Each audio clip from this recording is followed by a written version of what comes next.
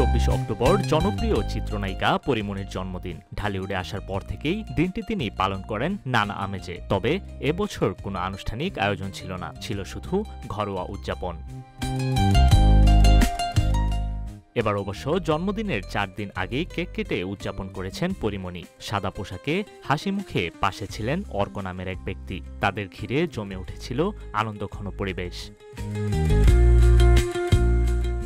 জন্মদিনের মূল দিনে 24 অক্টোবর পরীমনি ফেসবুকে নিজের জন্যই লিখলেন এক আবেগময় বার্তা। তিনি লিখেন, এই জীবন শুধু বেঁচে থাকার চেয়ে বাঁচা জীবন উদযাপন করাই শ্রেয়। জীবনের আনন্দ, বেদনা, দুঃখ, কষ্ট, সুখ, ভালোবাসা সবকিছু নিয়েই আজকের এই জীবন।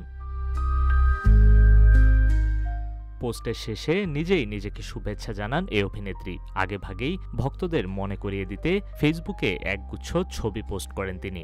ভক্তরাও ভালোবাসা ও শুভেচ্ছায় ভরিয়ে দেন মন্তব্যের ঘর।